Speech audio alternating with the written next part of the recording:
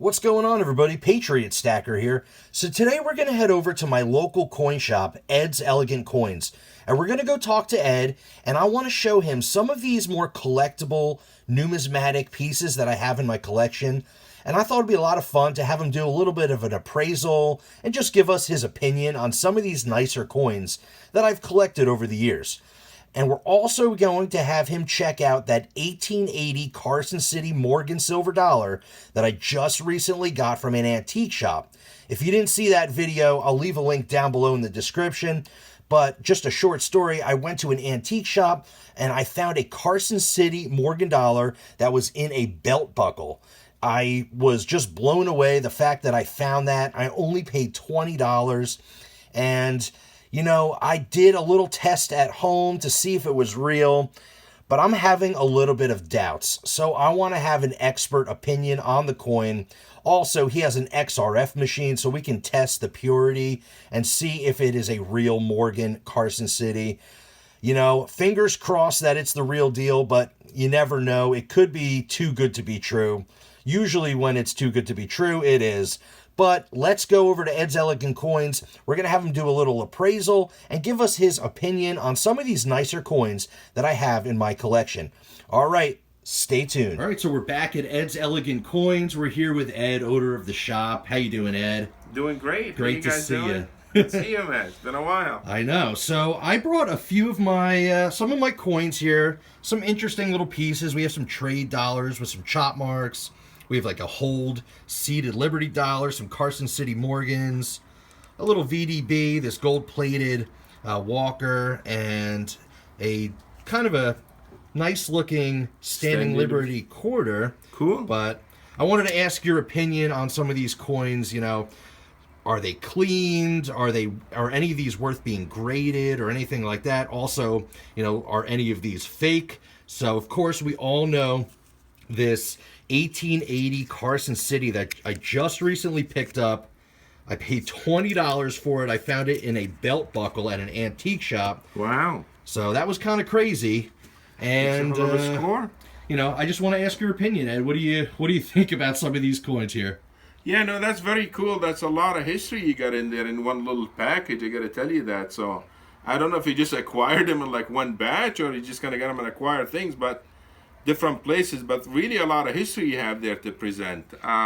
So basically, what we have some of the older dollars. We started making them back in late 1700s. We started with the flowing hair, then the bust dollars. Then we moved on to the seated dollars, trade dollar, Morgan's, piece. Then that was the end of the silver dollars, and we've moved on. We have cool trade unit dollars, or they're also called like a potty dollar. That's the lady sitting down, but they're called like trade dollar. Now, what's cool about these is they have also the chop marks. These were also used for trading, and they were actually just kind of chopping them. That's why they're called chop marks. That's what that is. Do you think do the chop marks decrease the value? Or I know I've heard that some people actually collect chop marked coins. What do you? Yeah, no, you're 100% correct. It's a whole different collectible. I mean, some people either collect the dollar for what it is. Other people, they just collect the chop marked dollars. So every time they traded, they took another hit or another chop mark. Basically, it was embedded into the coin itself. No, they are very highly collectible. Some of them go for a decent chunk of money. Again, it's a different entity. It's a different collector market. So it doesn't, they're kind of, you're comparing apples versus oranges. They're really not in the same class, even though they are the same coins. Because they were applied and they were used for two different purposes. Right. They are lower grades. Normally the trade dollar comes really nice. I see some cleaning or more like a buffing, a little bit of buffing, polishing, lower grades, but even the dollar itself is like bent because of all the hammering effect of creating those chop marks on the coins. I'm going to, if it's okay with you, look at these coins and give you my opinion. Yes, please. And tell you what I think. So, and you could show the audience there. Yeah, so this is like a lower grade trade dollar. Grade wise, I would say it's in the caliber of like fine. Again, with some polishing that I'm seeing. But if you look at the coin like the right angle, you're gonna see like a lot of bending effects that actually the design of the coin took place due to the pressure of the pounding. So this one here is 1874. This, I believe, would be a 74S or a Philly. Let me examine that. Yeah, one of those is a Carson City. Yeah, that's a 74S. Okay. Very cool. This one here is a 76, it looks to me like. This one is a little bit nicer, grade-wise. It's 76S. I would call that about a VF again with the buffing or the cleaning effect. A slight difference between buffing and a cleaning. They're both kind of really altering the coin. But the buffing, I mean, if you just rub your fingers across the coin, that could give it that shiny or give it that sheen of the coin. The amateur cleaning of a coin is kind of taking a Brillo or something very harsh and just really remove a lot of the tarnish. That's like butchering the coin. That's really one of the worst things you could do to a coin. And we'll distinguish that between restoring. Restoring, you could just kind of enhance the coin without altering anything. So these are the difference between a cleaning and buffing and restoring. The third coin you have here is 1875. Oh wow, this is Carson City. This is a really cool coin. It's a VF. I would say this should fetch in very nice money for you if you decide to sell it. That is, but that you don't really see that many chop mark trade dollars in a Carson City. Really? Yeah, no, you don't.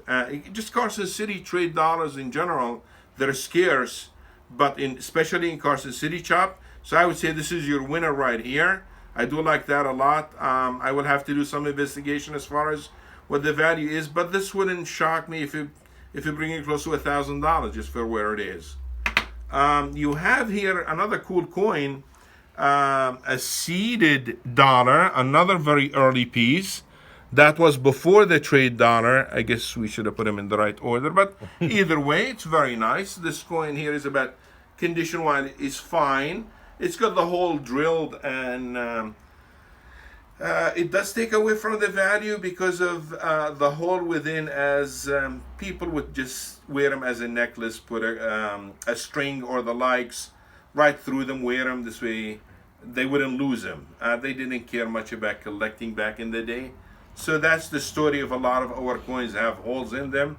It does take away from the value. At times, this could bring in, about 30% of the value, sometimes higher, sometimes lower. It depends on how scarce the coin is. Yeah. This one here is an earlier piece. I think this is 1842 Philly. It's one of the real early ones, so it's another excellent find there, if I may say so. Then move on to another Morgan dollar that we brought in, which is the very first year. This is 1878, Carson City. That's the very first Morgan dollar Carson City that we've put out by the Carson City Mint in Nevada. It's slightly lower grades. I would say that's like a VG to a fine type of a grade. No problems with the coins. Nice, honest, circulated coin. I like seeing it like that. It's got that light gunmetal gray color to it. Very, very nice coin. Very, very collectible also are the Carson Cities. Yeah. The value-wise is probably in the $125 range.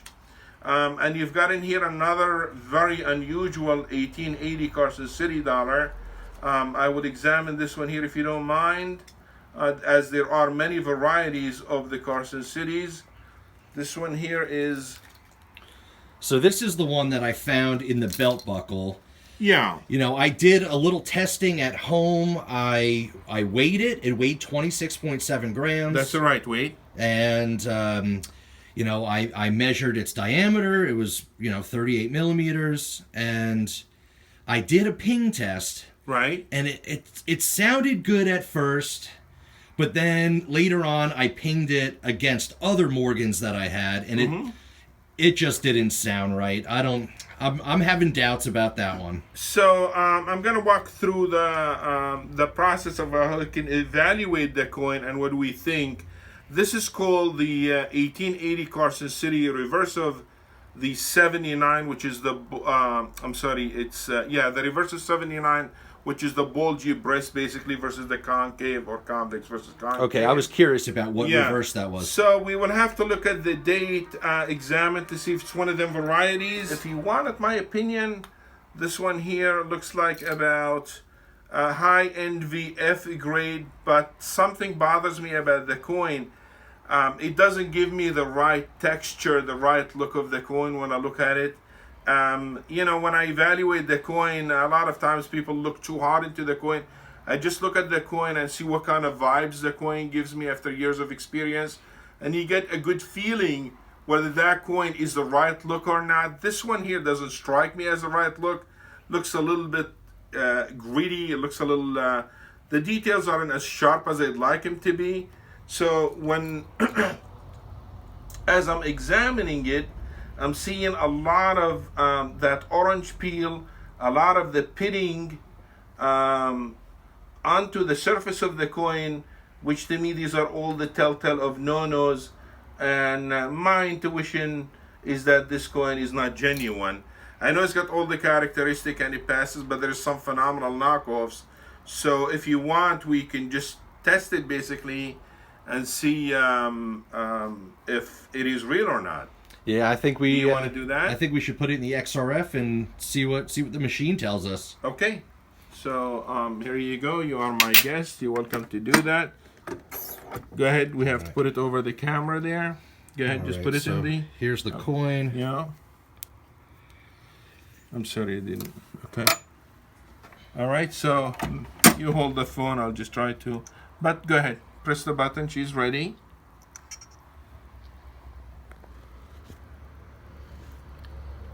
It doesn't look good, man. Not looking too good. I was fooled by the. I mean, that's a pretty good counterfeit. That's a right? very, very good knockoff. That I really had to take a second and a third look at that coin. But after many years of experience, you just basically look at the coin. Just if it doesn't give you the right vibes, you have to really examine it again. Yeah. And I didn't get a good vibe by looking at that coin, and the machine agrees with me that that is supposed to be the 90%, caliber silver. This thing is barely got 1% of silver, which is just the plating. The majority of the metal is really copper and zinc. So, unfortunately, we don't have a winner there. But a lot of good finds there in the silver dollars that you did find. And we will walk, hopefully it wasn't a great loss, but it was a really good counterfeit to examine just elaborate on. Yeah, it was definitely a learning experience for me. I'm a little embarrassed that I was fooled because in the beginning I really thought it was real, but of course I'm not an expert. I don't deal with a lot of Morgan dollars. Oh, that's not what I heard. How do you get so good you're about to take over my job? Yeah, maybe one day. All right. But I gotta look at you're getting much better. I'm trying, but I'm a little embarrassed that I was fooled by the Morgan. We all do. The best of us do. So that's quite common. And the better the counterfeit is, the much easier it is to really fall for it. So unfortunately, they're getting better and better. Mostly the Chinese manufacturers back there in China. Yeah. So we will walk through a couple of the other coins that I brought in, and I'm going to give you my opinion on them as well. So yeah, just real quick, I was just curious what you think about this Standing Liberty. It's a very high grade, nice 1920 it says in San Francisco, nice white coin. This one here looks to me like it's again Polished, buffed, not so much. Yeah, slightly buffed. Not to that extreme of super high polish, but it is buffed nonetheless. It's giving me that sheen right off of it, as if it's a new chrome bumper of a car, which we really don't want to see that. We want to see that nice satiny look. You could have a little, like I said, luster and reflection, but still, you don't want it to look like shiny proof looking like. That's not what a matte coin looks like. What kind of value you think that coin would have? This coin here, even with that condition, this to me is like a $200 coin. Is it really? Yeah, yeah. I paid $20 for that at a You flea did market. phenomenal. So you just made up for the other $20 on the Carson City. Yeah. Wow, Yeah, good really? call, see? That's, Very nice. That's surprising. Yeah, no, because it's I knew high it, I grade knew it and was they're clean. desirable still. You know, I do have to comment on that because even though some of the better coins now, they clean or not, I mean, they are getting good money because of the scarcity of a product out there. So Okay, yeah. yeah, no, I wouldn't be surprised that fetches in nice $200 bill for you. Wow. Yeah, so that's as far as that goes. It's a nice clean coin. The other one he brought in here, which is kind of cool, you really don't see too many of these, especially when they were kind of gold plated. This is a walking Liberty half. Somebody gold plated it, just kind of make it look like gold, which is kind of cool. But it's 90% silver. Okay, so this is the very last one. This is 1909 VDB, which is VD Brenner. That's the designer of the first Lincoln cent. The scarcer one is the one with the S in San Francisco, 1909 SVDB.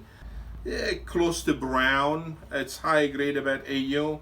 And the wholesale is about $10, $12. Retail is about $20 coin, which is pretty cool. That's the very first Lincoln that we've made, 1909 VDB. Yeah. I was just curious about that one. That's one of the nicer VDBs that I had. It is. And when you see them, yeah. I was curious what you thought, what kind of grade. It was preserved well. Yeah. It was preserved well. I say grade about AU. Yeah, some cool stuff. Really enjoyed looking at all that stuff. It's the stuff you don't see quite often in like one batch. So did a great job, finding all that stuff. Well, thanks, Ed. Yeah, I ended up, most of these coins I picked up at different times. This one I traded some silver bullion for. I did pretty good on that one, I think. Excellent, yeah. The trade dollars and the seeded, I actually paid $300 for the 4 of them. Wow. If I had to guess, I would say you probably get about, between $1,200 to $1,500 value. So I'd say you did very, very well with that stuff.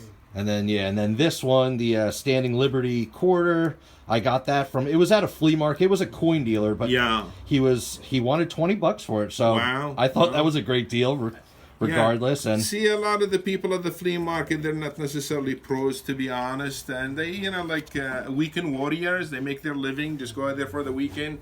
They're like half investor, half coin dealer wannabe. So they're not necessarily all educated and pros at it, but good for you. Like you said, great hunting though. Well, I appreciate your opinion. Of course, everyone was curious about this 1880 Carson City. I had a feeling it was too good to be true. Oh, it's a great copy, guys. It's a great fake. Like I said, I really had to look at it fairly close, but unfortunately it's not. Well, I appreciate you giving us a nice little appraisal and opinion about some of my coins. Those are some of the cooler ones I have in my collection. Of course, I'm only recently getting back into actual coin collecting. I've been silver stacking for a while, but I love the history. I love the old U.S. coins, and, they're just a lot of fun, and, and I appreciate you giving me all the information. So yeah, no, I appreciate you coming down, showing me some of the cooler older coin, vintage, some of the scarcer collectible U.S. dollars. It's really nice and refreshing seeing that.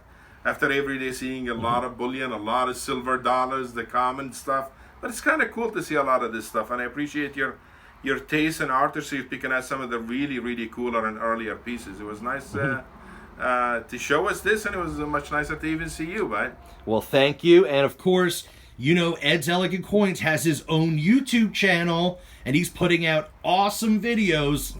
Once a week or twice a week? We try to do it for you guys. Yeah, under Ed's Elegant Coins, yeah. So I'll leave a link down below for Ed's Elegant Coins. Make sure you subscribe to his channel, watch his videos. And, of course, you have an eBay store. Yes. I'll leave a link down below for that as well, down in the description of this video. And, of course, come see Ed if you're in the area over at Ed's Elegant Coins in Township, New Jersey. Okay, thank you so much. All right, we'll see you next time, Ed.